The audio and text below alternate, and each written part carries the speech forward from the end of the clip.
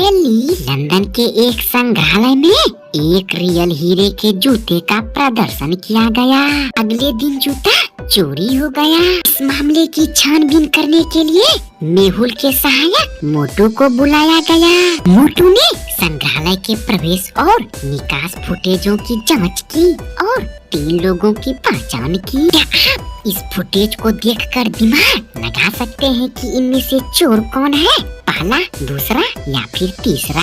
गुरुजी, तीसरे नंबर का आदमी चोर होगा। अरे नहीं रे नेमुआ, तीसरा ने नहीं, दूसरे आदमी ने जूते को चुरा लिया है, क्योंकि प्रवेश के समय तीनों का हाइट एक समान है। निकास फुटेज में लड़की की हाइट बढ़ गई है, इसलिए जूता इसी ने चुरा ली है। देख भी सकते हो, समझे? दूसरा, पहली डॉल्फिन की एक सुंदर प्रतिमा को एक प्रसिद्ध बगीचे में एक फुवारे के ऊपर रखा गया था। बहुत से लोग उस प्रतिमा को देखने आए थे। एक दिन किसी ने उसे चुरा लिया। मेहुल के सहायक मोटू बगीचे में ही थे और वह तुरंत फुवारे के पास आ गया। उन्होंने 5 लोगों पर संदेह किया और उनसे पूछताछ की, जिसमें दुकानदार बोला, मैं दुकान पहुंचने की जल्दी में था। मैं आमतौर पर इसी बगीचे का मार्ग लेता हूं, क्योंकि यह मेरे दुकान पहुंचने का एक छोटा मार्ग है। रायान बोला, मैं जोकिंग के लिए आया था, मुझे प्रतिमा के बारे में कुछ भी पता नहीं है। पवन बोला,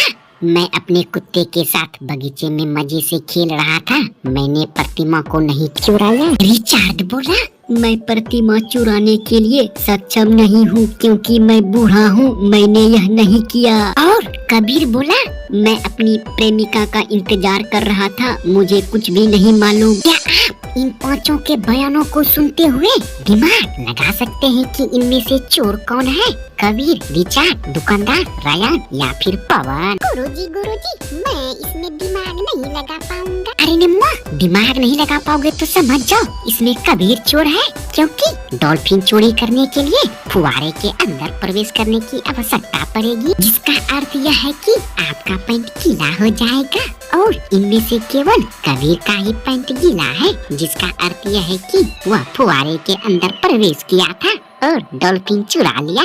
समझे? आशा है कि ये पहेली आप लोगों को अच्छा लगा होगा।